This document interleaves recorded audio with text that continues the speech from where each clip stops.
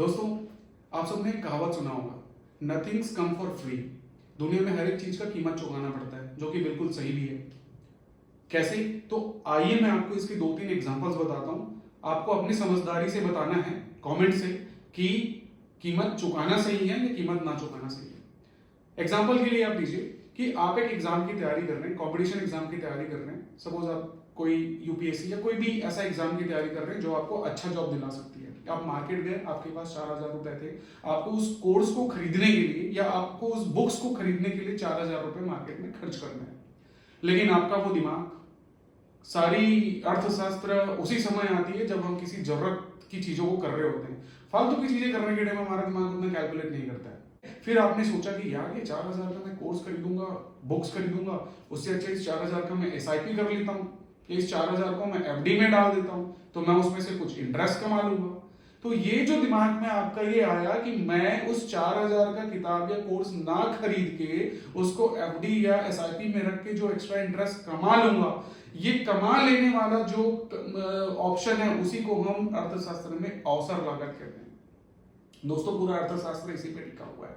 मतलब ये कि आप अगर उस किताब को या कोर्स को खरीद लेते हैं तो दूसरे अवेलेबल अवसर जो थे आपके पास, जो कि एफडी में या एसआईपी में डाल के जो आप वो इंटरेस्ट कमा सकते थे, जो कि आप नहीं कमा रहे हैं, वो कीमत चुका रहे हैं आप उस कोर्स को खरीद कर, जिसे हम अवसर लागत कहते हैं। अब इसका दूसरा पहलू देखते हैं कि अगर आप उस किताब को नहीं खरीदते हो और आप उसको इन्वेस्ट कर देते हो, जहां भी आप एफडी एसआईपी जो भी इंस्ट्रूमेंट आपको लेना आप इन्वेस्ट कर देते, जो भी आप इंटरेस्ट कमाते, उस 4,000 में 10% भी आप कमा रहे होंगे तो 4,000 का 10% 400 रुपए ही होगा। अब देखिए कि अगर आप उस कोर्स को या किताब को नहीं खरीदे तो आप क्या कीमत चुका रहे हैं। आप जिस एग्जाम को क्रैक करके अपनी जिंदगी भर के लिए जो उस पोस्ट को ले सकते थे, उस कोर्स को लेने से या उस किताब को लेने से जिस एग्जाम को आप क्रैक करके आप अपने पूरा करियर को बदल सकते थे, वो आप नहीं बदल पाएंगे सिर्फ उस 4,000 रुपए को वहां पे इन्वेस्ट करके। ये याद रखिएगा, ये सिर्फ एग्जाम्पल है, ऐसे कई और तरीके की चीजें हैं जिससे आप रिलेट कर सकते हो। मेरा मतलब ये है, अब आप यहां पर बताइए कि अगर आपने वो किताब को खरीद लिया होता जिसकी कीमत अवसर लागत आपकी मुश्किल से 400 रुपए थी, क्योंकि 4,000 का 10% इंटरेस्ट जो आप कमा सकते थे वो नहीं कमाएंगे, ये बहुत बड़ा है। या उस किताब को नहीं खरीद के जो आपने अपने करियर के साथ खिलवाड़ किया, आप जो कर सकते थे किताब और उस कोर्स के साथ जो आप नहीं कर पाए, ये बड़ा है। फैसला आपका है। दूसरा example, health insurance. Health insurance, मान लीजिए कि आप अपने और अपने पूरे परिवार के लिए 10,000 या 15,000 रुपए का साल का हेल्थ इंश्योरेंस का प्रीमियम लेते हैं, 10 लाख रुपए का बीमा खरीदते हैं, स्वास्थ्य बीमा। आई होप कि आपको पता होगा स्वास्थ्य बीमा क्या करता है। अब आपने स्वास्थ्य बीमा खरीदा और साल का 15,000 रुपए आप दे रहे हैं 4 मेंबर के लिए। उस 4,000, उस जो 15,000 आप साल का देते हैं, उसका अवसर लागत क्या होगा कि अगर मान लीजिए आप वो 10 साल तक पे कर रहे हैं, अगले मैं 10 साल की बात, सिर्फ मैं 10 साल के स्पैन ऑफ टाइम में मैं बात करता हूं, तो 10 साल में 15,000 करके आपने 1.5 लाख पे किया। उस 15,000 को आप हेल्थ इंश्योरेंस ना लेकर के दूसरा उसका बेहतर उपयोग क्या कर सकते थे, फिर वही एफडी या एसआईपी या जहां पे भी आप डाल सकते थे। आपने वहां डाल दिया होता तो कुछ इंटरेस्ट कमा लिए होते, जो इंटरेस्ट आप नहीं कमाएंगे क्योंकि आपने उसको हेल्थ इंश्योरेंस ले लिया हुआ है। सपोज वो 1.5 लाख रुपए में आप, मैं चलो मान के चलता हूँ, ऐसे तो होता नहीं है कि आपने 10 साल में 1.5 लाख या 50,000 या 1 लाख रुपए का इंटरेस्ट और कमा लिया होता, तो ये आपका हेल्थ इंश्योरेंस खरीदने का अवसर लागत हो गया 1 लाख रुपए, जो आपने इंटरेस्ट में कमाया होता अगर आपने नहीं लिया होता। अब इमेजिन कीजिए कि उसको, ये तो हो गया खरीदने की कीमत, अब नहीं खरीदने की कीमत देखिए कि इन 10 सालों में अगर आपके परिवार के किसी भी मेंबर अगर बीमार हो जाते और उसके इलाज में खर्चा आता 10 लाख रुपए या 12 लाख रुपए, या आप जानते हो आजकल कुछ भी आता, एनीथिंग 5 लाख रुपए भी आता, और इन 10 सालों में कितने बार भी आ सकता था, तो आप बताएं उस हेल्थ इंश्योरेंस को लेना की कीमत आप ज्यादा चुका रहे हैं या उसको नहीं लेने की कीमत आप ज्यादा चुका रहे हैं, और आपके पीस ऑफ माइंड के साथ जो खिलवाड़ हो रहा है वो अलग। Number 3, term insurance. ये तो सबसे इंपॉर्टेंट है।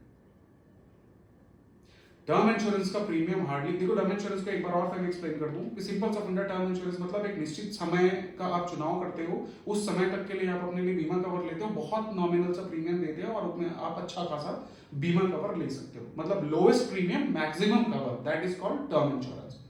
अभी आप मुझे बताइए, और एक बार फिर मैं बोलूंगा कि there is no substitute of term insurance, कोई विकल्प नहीं है। कैसे नहीं है आप देखिए, आप टर्म इंश्योरेंस लगेंगे, कोई 30 साल का व्यक्ति अगर अपने लिए 20 साल का या 30 साल का भी कवर लेता है, मतलब 60 साल तक के लिए वो टर्म इंश्योरेंस लेता है, तो उसका प्रीमियम हार्डली 15,000 रुपए आएंगे साल का, 1 करोड़ का, या चलो 20,000 रुपए आएंगे 1 करोड़ रुपए का, ठीक है। अभी वो 20,000 रुपए 30 साल तक पे करते हैं, मतलब वो 6 लाख रुपए पे करते हैं ओवर दी ईयर्स, एक साल में भी, ठीक है। मतलब उसका औसत लागत क्या हुआ कि उन 6 लाख को अगर मैं बैंक में रखता, सेविंग बैंक, एफडी या कहीं पे भी, तो फिर उसमें कुछ इंटरेस्ट मैं अर्न किया होता, जो मैं टर्म इंश्योरेंस लेने की वजह से वो अर्न नहीं कर पा रहा हूं। मतलब आपका औसत लागत, टर्म इंश्योरेंस लेने का औसत लागत कितना हुआ, वो इंटरेस्ट जो आप छोड़ रहे हैं, जो कि कुछ भी हो सकता है, एनीथिंग लाइक अगर आपने 6 लाख पे किया हुआ है तो मान के चलिए 4 लाख उसमें ऐड कर लीजिए, 5 लाख या 6 लाख, डबल ही आप क्यों ना कर लें, तो वो 12 लाख हुआ होता, मतलब आप 6 लाख रुपए का कीमत अदा करते हैं टर्म इंश्योरेंस लेने में। अब अगर आप नहीं ले रहे हैं तो उसके बदले आपको क्या चुकाना पड़ रहा है? अगर इस पूरे during the year, next 30 year अगर आपको कुछ हो गया, तो आपके परिवार को जो 1 या 2 करोड़ रुपए जितने कभी आपने खरीदा हुआ है, जो उसको उनको मिल सकते थे, वो नहीं मिलेंगे। आप सोचिए, आपके सारे इनकम बंद, कितना बड़ा प्रॉब्लम। अभी आप बताएं कि आपको लेने की कीमत ज्यादा चुकानी पड़ रही है या नहीं लेने की कीमत ज्यादा चुकानी पड़ रही है। ऐसे में तब हम में से मेजॉरिटी ऐसे लोग भी हैं जो वो 10,000 या 15,000 रुपए को पूरी लाइफ टाइम वो अपने सेविंग बैंक में लेके चलते हैं, जिसमें हार्डली 2 या 3% का ही इंटरेस्ट आता है। और आजकल तो ऐसे भी हमारे पास प्रोविजंस बन चुके हैं जिसमें टर्म इंश्योरेंस के सारे प्रीमियम आप वापस भी ले सकते हो। फिर तो आपको ये वाला भी समस्या खत्म की at certain point of time आपको वो पैसा भी वापस आ जा रहा है, मतलब नेट आपका सिर्फ इंटरेस्ट का ही लॉस हो रहा है, और वो इंटरेस्ट जो आप सेविंग बैंक में रख के कर सकते थे, किसी भी में रख के कर सकते थे, जो इजिली अफोर्ड कर सकते हैं। मैं अगर इस एक्स्ट्रा लागत को राइट ऑफ करूं ओवर द इयर्स, तो ये मुश्किल से साल का 10 या 15,000 होगा, मतलब डे का पर डे अगर मैं काउंट करूं तो 27-28 रुपए भी, 25 रुपए से भी कम होगा। हार्डली 2 चाय को अवॉइड करके आप अपने परिवार के लिए इतना बड़ा चीज खरीद सकते हो, जिसको आप इग्नोर करते हो। जहां पे भी हमको, देखो लोगों का कॉन्सेप्ट आजकल समझ नहीं आता, जो नॉन मटेरियलिस्टिक चीजें हैं लाइक घर, कार, जिसको आप कभी भी फिर से अर्न कर सकते हो, फिर से बना सकते हो, उसके इंश्योरेंस में बिल्कुल कैलकुलेशन नहीं है। But when it comes to life insurance, सारे कैलकुलेशन आ जाते हैं। ऐसी गलती मत कीजिए। आप भी सोचिए कि आप टर्म इंश्योरेंस नहीं लेकर कितनी बड़ी कीमत चुकाने के लिए रिस्क में हैं आप। आज ही अपने लिए टर्म इंश्योरेंस लीजिए और शांति से फ्री होकर अपनी जिंदगी बिताइए। दोस्तों, आई होप कि इस वीडियो से जो मैं आपको इन्फॉर्मेशन देना चाहता था वो आपको समझ में आया होगा, और अगर नहीं, या आप अभी भी कंफ्यूजन में हैं कि आपको इंश्योरेंस लेना चाहिए या नहीं लेना चाहिए, या आपको कितना लेना चाहिए, ये भी अगर आप डाउट में हैं, तो आप नीचे डिस्क्रिप्शन में मेरे नंबर्स अवेलेबल हैं, या आप मैसेज के थ्रू या व्हाट्सएप मैसेज या कॉल के थ्रू आप मुझसे कांटेक्ट कर सकते हैं। मैं आपके लिए personalised plan based on your income and age में इसमें आपकी मदद कर सकता हूँ। Thank you so much for watching this video. अगर आपको लगता है कि आपको इससे इंफॉर्मेशन मिली जो आपके लिए जरूरी था, तो आप प्लीज वीडियो शेयर करें, सब्सक्राइब करें, लाइक्स करें, और हाँ, कमेंट्स के थ्रू मुझे जरूर बताएं कि आप अगर और भी कुछ इंफॉर्मेशन चाहते हैं इनसे संबंधित, तो I will be very much happy to serve you. Thank you so much.